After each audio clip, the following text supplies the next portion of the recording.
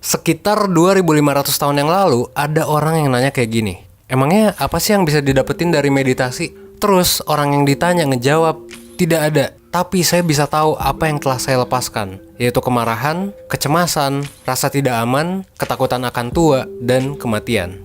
Pertanyaan dan jawaban tersebut sebetulnya diparafrase dari seseorang yang bernama Siddhartha Gautama. Atau kita mungkin lebih mengenalnya dengan Buddha. Nah, ngomong-ngomong tentang meditasi, gue ada suatu tantangan nih ke lo. Coba sekarang tutup mata lo dan lo coba untuk gak mikirin apa-apa selama 20 detik. Gue ulangi lagi ya. Lo pause video ini, terus lo coba untuk tutup mata lo dan gak mikirin apa-apa selama 20 detik. Oke? Coba lo mulai dan pause video ini sekarang. Gimana? Udah dilakuin? Bisa nggak lo nggak memikirkan apa-apa selama 20 detik itu? Well, kemungkinan besar alih-alih pikiran lo beneran kosong, bisa jadi malah banyak pikiran atau gambar atau memori yang tiba-tiba muncul di otak lo. Nah, sekarang kita coba lagi nih hal yang tadi udah lo lakuin. Tapi beda kalau sekarang. Kalau tadi lo disuruh untuk gak mikirin apa-apa, sekarang abis lo tutup mata, lo harus coba perhatiin banget hal-hal yang lo pikirin. Apapun hal yang muncul di otak lo, entah itu memori, masa lalu lo, pengalaman lo tadi siang, dan lain sebagainya. Intinya apapun itu, coba lo perhatiin. Perhatiin apa aja pikiran yang muncul di otak lo, dan kali ini lakukan dalam waktu 30 detik. Siap? Oke, coba pause video ini dan mulai lagi sekarang. Nah, kalau lo belum pernah nyoba melakukan hal tadi, kemungkinan besar lo bakal menyadari bahwa ternyata pikiran lo tuh sebenarnya berisik banget. Kayak banyak banget aja gitu pikiran-pikiran yang muncul di otak lo. Dan kadang-kadang banyak orang yang gak sadar akan hal ini. Dan akhirnya banyak orang nih yang hidup sehari-hari itu dipenuhi oleh pemikiran-pemikiran yang dalam tanda kutip berisik lah. Entah itu pemikiran tentang masa depan, misalnya kapan nikah gitu, nikah gimana, dapat kerja kapan, dan lain sebagainya. Atau pemikiran tentang masa lalu, entah itu gak bisa move on, gak bisa lupa sama kejadian tertentu, atau ngerasa bersalah karena melakukan suatu hal tertentu. Nah, yang perlu lo tahu adalah sebenarnya wajar gitu, bahwa pikiran kita itu emang sebetulnya berisik. Kalau lo udah berulang kali bermeditasi, kemungkinan lo mungkin udah sadar sama hal-hal tersebut. Nah, exercise kita tadi itu ditulis oleh salah satu penulis terkenal yang personally gue tuh suka banget sama dia, yaitu Mark Manson. Dalam tulisannya, dia tuh nyebutin bahwa pikiran kita tuh sebenarnya berisik banget. Dan keberisikan dalam pikiran ini, ia sebut dengan konsep two minds. Atau kalau dalam bahasa Indonesianya, dua otak. Nah, jadi gini, meskipun otak kita ada satu, konsep ini tuh mengatakan bahwa sebenarnya pikiran kita itu bisa kebagi jadi dua. Jadi ada dua nih. Pertama adalah thinking mind, dan yang kedua adalah observing mind. Konsep ini sebenarnya konsep umum yang bisa banget digunakan untuk mengatasi masalah emosional lo sehari-hari. Thinking mind itu apa? Thinking mind itu adalah pikiran yang berisik, dan pikiran ini cenderung gak bisa kita kontrol gitu. Biasanya thinking mind ini suka bikin ulah. Kenapa? Karena suka tiba-tiba muncul aja di otak. Dan ini bikin otak kita jadi banyak berpikir, jadi berisik lah gitu. Simpelnya, thinking mind ini adalah hal yang menyebabkan lo gak bisa tidur malam-malam karena overthinking. Kenapa? Ya karena kemunculan pemikirannya itu nggak bisa kita kontrol. Bisa jadi selalu muncul terus di pikiran kita tentang apapun itu. Menariknya, meskipun thinking mind ini ada di otak kita, thinking mind ini kan nggak bisa kita kontrol ya. Jadi otomatis aja gitu. Dan ini kan mungkin banyak dari lo yang bertanya, kok bisa otak kita tuh nggak bisa dikontrol oleh kita sendiri? Emang kayak gitu. Kalau lo gak percaya, gue pengen buktiin ini ke lo. Kita coba praktek lagi sekarang. Jadi gini, gue punya suatu tantangan ke lo. Apapun yang sedang lo lakukan sekarang, gue tuh pengen lo nggak mikir tentang spaghetti fettuccine. Please, please, please, please, please, jangan mikirin sedikit pun tentang spaghetti fettuccine. Disinilah thinking mind bekerja. Secara gak langsung, ketika lo lagi nonton video ini dan gue nyebutin kata spaghetti, terus lo ngelihat gambar spaghetti di videonya, kemungkinan besar ya otak lo akan mikirin tentang spaghetti. Kalau lo mencoba secara sadar, lo mencoba secara keras nih untuk gak mikirin tentang spaghetti, justru usaha lo itu akan jadi berkebalikan hasilnya. Lo malah akan jadi kepikiran tentang spaghetti. Kok bisa kayak gitu? Nah, emang kayak gitu. Dan ini yang jadi masalah kebanyakan orang. Contoh simpelnya, misal tentang move on atau melupakan mantan pacar atau gebetan. Semakin lo berusaha melupakan sesuatu, misalnya gebetan ya, justru semakin inget lo dengan sesuatu yang ingin lo lupakan itu. Nah, inilah thinking mind, emang kayak gitu, gak bisa dikontrol gitu. Itu adalah otak yang pertama. Nah, ada otak yang kedua, namanya adalah observing mind. Observing mind ini bisa kita kontrol. Observing mind adalah otak yang bisa bikin lo sadar bahwa lo sedang berpikir tentang suatu hal tertentu. Jadi, sesuai dengan namanya, observing mind ini bisa mengobservasi apa yang terjadi di otak lo. Dan ini adalah hal menarik yang terjadi di kesadaran manusia. Menariknya adalah kenapa? Kita itu bisa berpikir tentang apa yang kita pikirkan. Kayak tadi aja, ketika lo mencoba untuk menganalisis apa pikiran yang muncul di otak lo. Observing mind ini emang canggih banget. Dan sebenarnya observing mind ini adalah kunci supaya lo bisa jago meditasi. Observing mind ini juga berguna buat hal lain.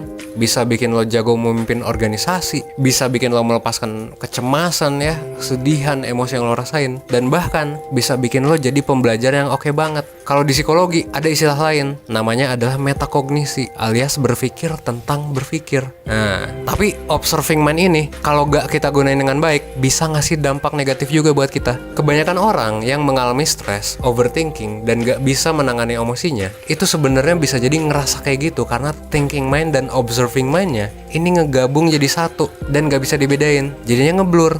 Jadinya kayak gak jelas yang mana yang bisa dikontrol, yang mana yang gak bisa dikontrol. Maksudnya gimana? Jadi gini, selama gue bikin video di 1%, banyak banget orang yang nanya di comment section, Kak, gimana caranya biar gak stres? Kak, gimana caranya biar gak sedih? Biar gak cemas? Gak emosian dan lain sebagainya. Nah, masalahnya hal-hal yang ditanyakan itu kan sebenarnya nggak bisa dikontrol gitu. Itu kan yang tadi kerjanya si thinking mind. Otomatis jadinya nggak bisa dikontrol. Yang terjadi pada orang-orang adalah orang-orang berusaha untuk mengontrol hal yang dilakukan si thinking mind ini. Pas lagi sedih, berusaha keras biar gak sedih. Ya kalau gitu malah makin sedih gitu. Pas lagi overthinking, nyoba-nyoba nyari pelarian gitu ya, entah main game, shopping, dan sebagainya. Pas balik lagi, overthinkingnya muncul lagi. Gak bisa hilang. Ya emang gak bisa hilang gitu kan. Kan otomatis. Ini emang terjadi bukan karena kehendak lo gitu. Dan emang lo gak bisa ngontrol itu. Emang otomatis aja. Nah, inilah yang perlu kita pelajari. Gimana caranya ngelakuin meditasi supaya lo bisa ngobservasi nih hal yang terjadi di otak lo. Dan lo akhirnya bisa ngebedain sesuatu yang otomatis nih, yang emang gak bisa dikontrol, dan ngebedain hal yang bisa kita kontrol. Nah, dan yang gak bisa kita kontrol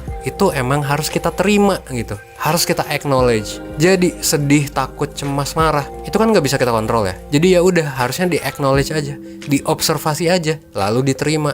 Nah, jadi kalau lo ngerasa sedih, lo coba observasi hal yang terjadi di pikiran lo. Oh iya, gue ngerasa sedih nih misalnya. Kalau udah diobserv, ya lo sadari gitu bahwa oh iya, gue lagi ngerasa sedih. Lalu lo terima perasaannya. Nah, biasanya si emosi ini akan hilang dengan sendirinya kalau emang udah diterima, udah diobserv, udah disadari gitu. Inilah manfaat dari meditasi untuk mengatur emosi. Jadi kalau lo punya masalah kecemasan, gimana nih cara buat mengatasinya biar kecemasannya hilang? Ya pada akhirnya lo gak bisa membuat kecemasan ini hilang gitu. Kecemasan ini sendiri itu wajar, dan emang sewajarnya gak bisa kita atur semau kita. Emosi apapun itu ya, mau itu cemas, takut, marah, senang, sedih, semua itu akan selalu datang dan pergi. Pemikiran-pemikiran yang otomatis itu pasti akan datang ke otak kita. Ini gak bisa kita kontrol gitu. Cuman bisa kita observasi lalu kita terima. Hampir gak mungkin orang bisa menghilangkan pemikiran-pemikiran otomatis ini, emosi-emosi yang datang ini, dengan instan. Bahkan performer terbaik di bidangnya, misalnya orang yang jago public speaking ya, sebelum manggung dan berbicara di depan umum, itu pasti ada kecemasan, nervous, dan takut yang dirasain gitu. Bedanya kalau top performer itu mereka udah ngerasa bahwa ini tuh wajar dan udah biasa gitu. Jadinya nggak ngaruh ke performanya. Stress levelnya tetap sama kok. Fenomena yang terjadi di otaknya itu sama. Keringet dinginnya juga sama. Cuma perspektifnya aja yang beda, dan observing mind-nya aja yang lebih jago gitu. Jadi ketika lo merasakan sebuah emosi yang lo gak pengen rasain, please jangan pernah coba untuk di-deny. Jangan pernah coba untuk dilawan. Apalagi dicoba untuk dihilangkan. Pasti bakal sulit banget. Mendingan lo coba observasi aja. Di-observe aja dan diterima. Terus ya udah, gak usah diapa-apain. Nanti lepas sendiri. Jangan ngarep dilepas juga. Ya udah, diterima aja gitu. Gak usah diapa-apain. Tanpa kita sadari, thinking mind kita itu bakalan selalu memproduksi pikiran-pikiran, baik itu pikiran positif, negatif, dan sebagainya ya. Itu setiap hari bakal selalu memproduksi pikiran-pikiran itu secara otomatis. Dan semakin lo ngelawan, semakin lo ngedeny, semakin lo gak bisa nerima, emosi lo, perasaan lo, dan pikiran lo itu akan semakin ngelawan lo. Ironisnya gitu, semakin lo coba melupakan sesuatu, lo justru akan semakin inget dengan kejadian atau hal yang pengen lo lupain. Semakin lo coba untuk gak sedih ketika lo lagi sedih ya, lo bakal semakin kepikiran dengan rasa sedihnya. What you resist will persist. Nah, meditasi ini juga mengajarkan kita sebuah hal yang bernama mindfulness. Yang artinya adalah gimana caranya supaya kita bisa sadar secara utuh, live in the present, gak mikirin masa lalu atau masa depan. Ya udah, enjoy the moment aja, enjoy aja gitu. Aware akan hal yang terjadi di sekeliling kita, aware juga hal yang terjadi di tubuh kita, dan aware juga hal yang terjadi di pikiran kita. Dan mindfulness ini emang sekarang mungkin lagi booming ya, tapi manfaatnya itu udah banyak banget diteliti sejak dulu. Penelitian menunjukkan bahwa mereka yang meditasi dan mindful di kesehariannya itu bakal lebih tenang,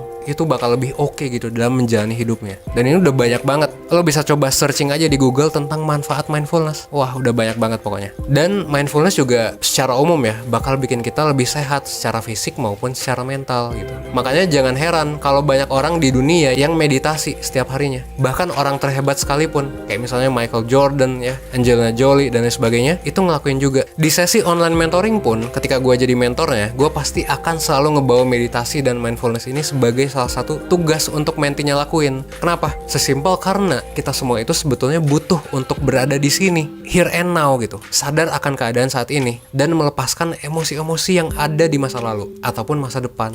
Jadi mindfulness gitu ya. Lo bisa cobain ini sendiri dan lo bisa menemukan manfaatnya juga. Terakhir, gue cuman mau bilang bahwa tim 1% itu bakal seneng banget kalau lo mau like, comment, share, dan subscribe video ini. Lo juga bisa follow Instagramnya 1% di @1%official buat dapet info tentang produk-produk atau event terbaru dari 1% supaya lo gak ketinggalan. Semoga video ini bisa bikin lo jadi lebih baik, seenggaknya 1% setiap harinya. Oke? Gue Evan dari 1%, thanks.